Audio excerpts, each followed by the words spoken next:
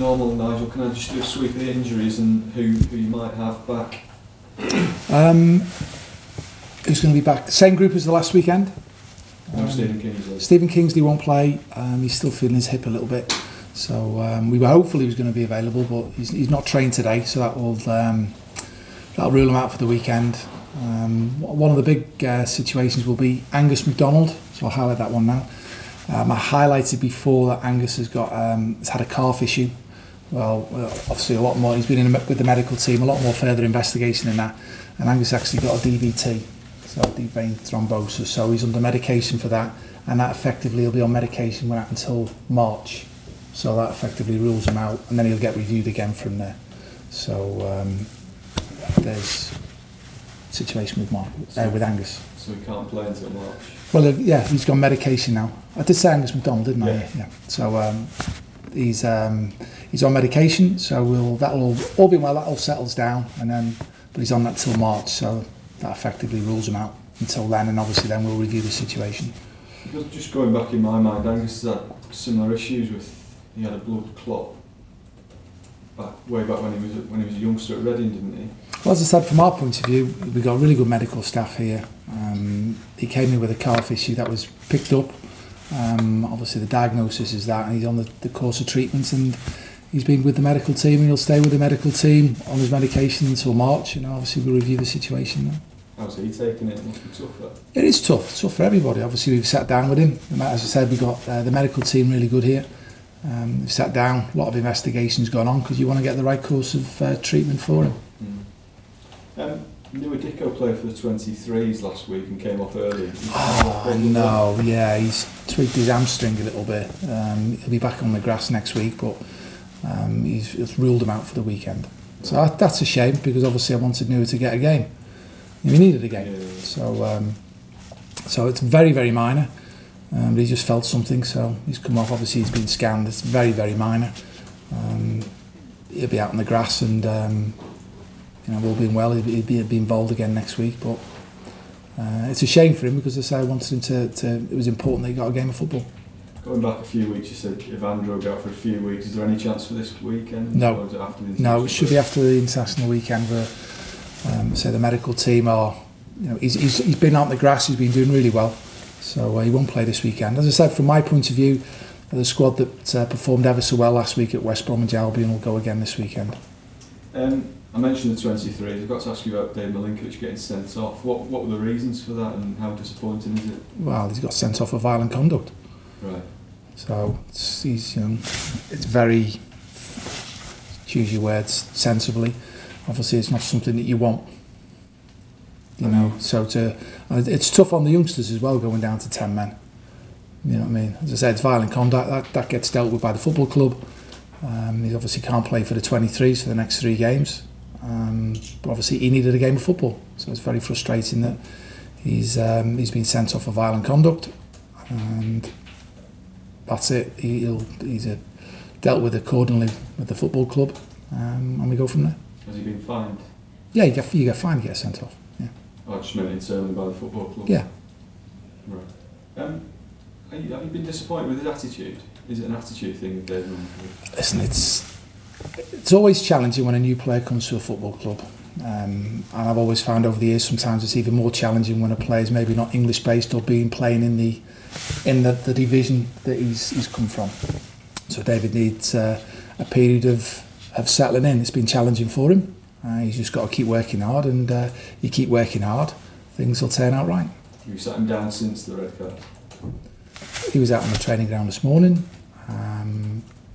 Listen, he's aware he can't do what he's going to do. Okay.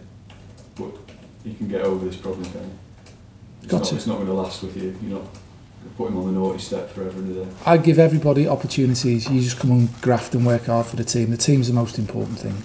And you come and work hard, you be the best you can. And like everybody, if there's a situation that occurs, so for example a sending off, you get fined accordingly, then it's done. You move on, you've got to learn your lessons, and you've got to get on. And the way you learn your lessons is you learn from it, and you graft as much as you can and be as supportive as possible for everybody at the football club, because it's about the team, the club.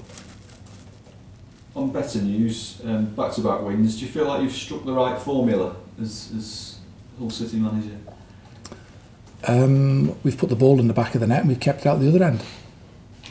Results change the complexion on things. We analyse a lot of things. We analyse the games all the time, lessons learned from it.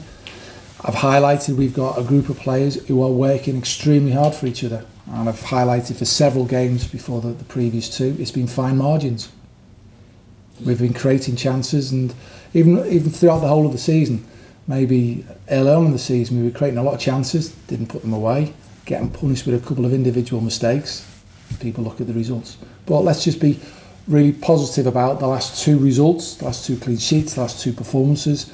And again, when things were going against us, the spirit amongst the players and the togetherness amongst the players was there for all to see.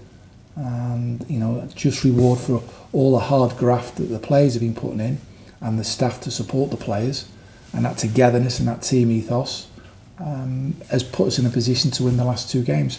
Even better, we've taken a couple of chances that have been presented. Does it feel like there's a better balance about the team now, or are you just drawing these conclusions because you're winning games? No, maybe you were turning around in the when we changed the formation the last period. You know, people talk about a better stability about the team.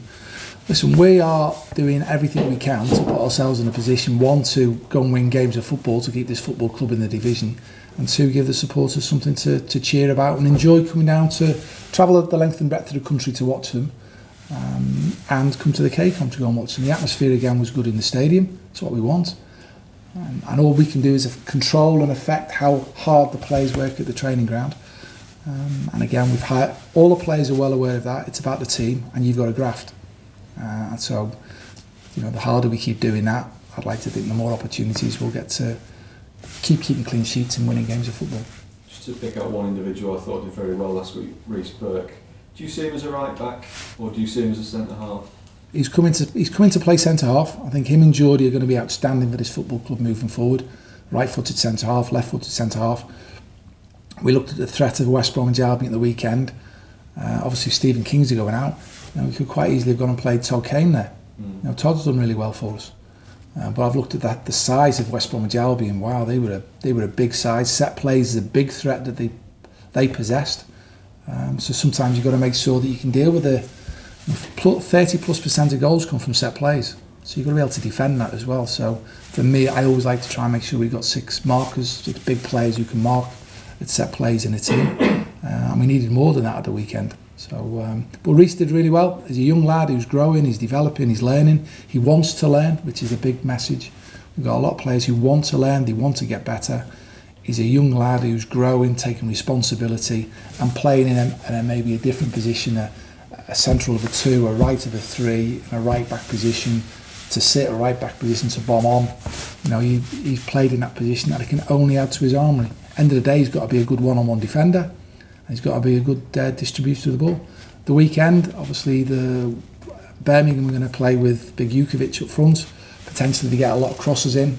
You know, potentially from their right-hand side, Jota coming in left-footed, swinging balls in.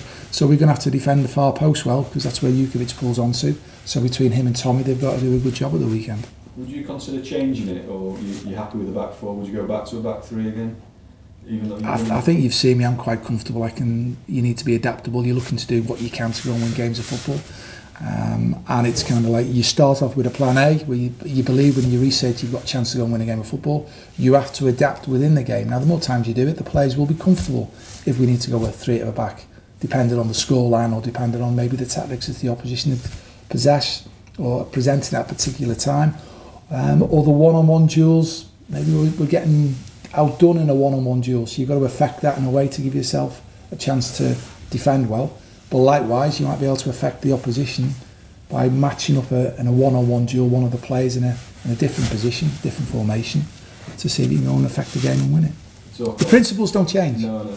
You talk about flexibility. If there's one player that sums that up better than any, it's Eric Cantona. He must have played half a dozen positions for you this season. How important a defender is he to you? I think I've been really impressed with Eric as a man, as a person. He's come in, fantastic attitude, doesn't miss training. Right standards, you know, we talk about standards every single day, doing the right things. Great role model. As you say, he's played right back, he's played left back.